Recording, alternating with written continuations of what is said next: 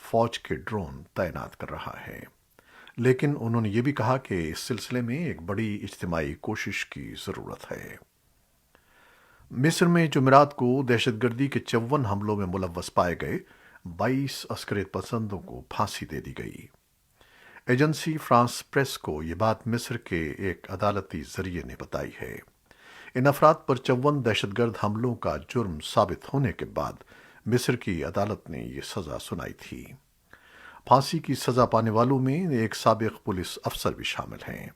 جن 22 مجرموں کو پھانسی دی گئی ہے ان کا تعلق انصار بیت المقدس گروپ سے ہے، جس نے سن 2014 میں داعش کے ساتھ حلف وفاداری اٹھایا تھا۔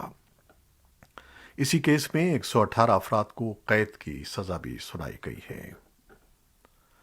پاکستان اور روس نے اقتصادی اور تجارتی تعاون کو مزید فروغ دینے پر اتفاق کیا ہے۔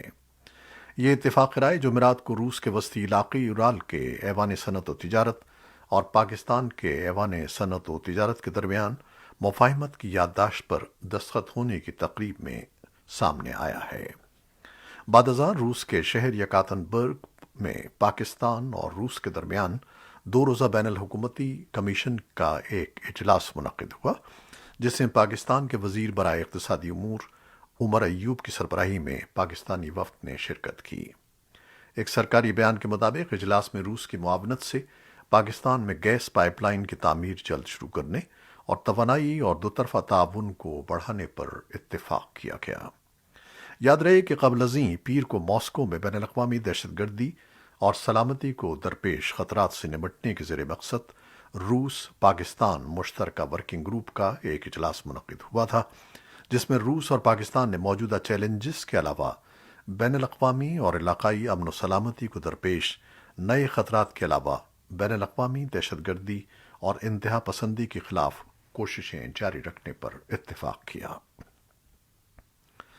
پاکستان کے وزیر خزانہ شوکت ترین کا کہنا ہے کہ قرض کی نئی قسط جاری ہونے سے قبل پیش کی اقدامات کے تحت IMF کی ہدایت پر قانون سازی کے لیے جلد پارلیمان سے رجوع کیا جائے گا۔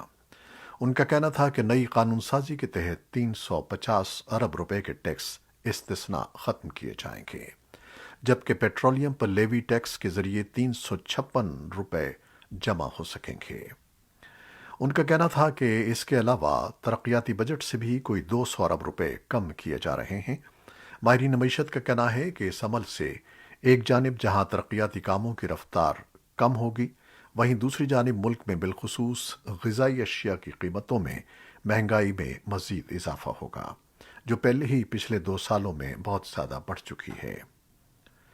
خیبر پختونخوا کے قبائلی ضلع خیبر میں محکمہ صحت کے سابق سربراہ ڈاکٹر شکیل آفریدی پنجاب کے ساہیوال جیل میں بیمار پڑ گئے ہیں اور رشتہ داروں کے بقول جیل حکام انہیں علاج معالجے کی سہولیات فراہم نہیں کر رہے ہیں۔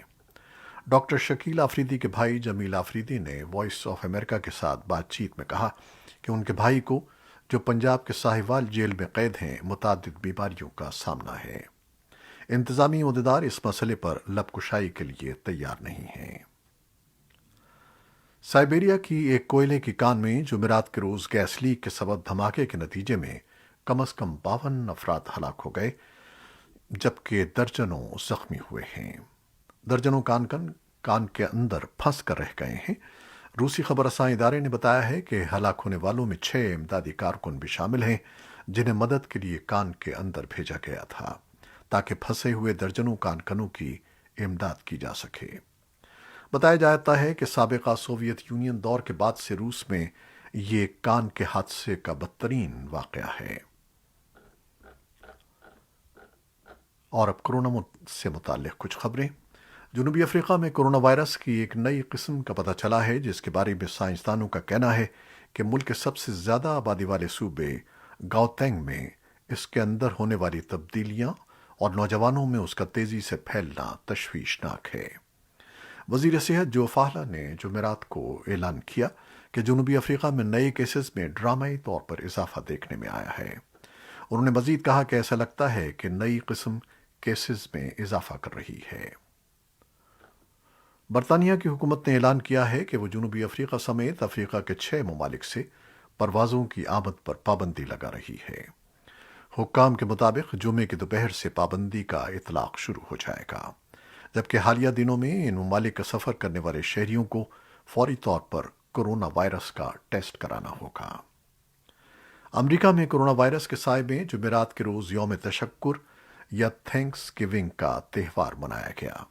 یہ کورونا وائرس کے سائے میں منایا جانے والا دوسرا تہوار تھا جسے لاکھوں امریکیوں نے اپنے خاندانوں کے ساتھ معمول کے قریب تر انداز میں منایا۔ ایسوسی ایٹڈ پریس کے مطابق صدر بائیڈن نے امریکیوں کو معمول کے قریب تھینکس گیونگ ڈے پر نیک خواہشات کا پیغام دیا اور اپنے خاندان سمیت امریکہ کے لاکھوں خاندانوں کے لیے یوم تشکر کی روایت کی بحالی کا خیر مقدم کیا۔ اور اب ایک اعلان۔ وائس آف امریکہ اردو پیر 29 نومبر سے لا رہا ہے ایک نیا ہفتہ وار ڈیجیٹل شو عین مطابق، جس میں خواتین کی صحت، تعلیم اور معاشرتی مسائل پر مبنی ان اہم موضوعات پر گفتگو ہوگی جنہیں بے خبری، لا علمی اور سماجی رویوں کی وجہ سے نظر انداز کر دیا جاتا ہے۔ اس پروگرام کی میزبان ہیں ندا سمیر۔ دیکھنا مت بھولیے گا۔ عین مطابق پاکستان میں ہر پیر کی رات 9 بجے اور بھارت میں 9:30 بجے وائس آف امریکہ اردو کے یوٹیوب اور فیس بک چینل پر۔ یہ تھیں وہ خبریں جو فیس بک لائیو پر ہم نے آپ کے لیے پیش کی۔ ہماری ویب سائٹ، یوٹیوب اور پوڈ کاسٹ پر یہ بلیٹن پوسٹ کر دیا جاتا ہے، جسے آپ بعد میں بھی دیکھ سکتے ہیں اور سن سکتے ہیں۔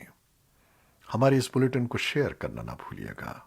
خالد حمید اب اجازت چاہتا ہے۔ اللہ حافظ۔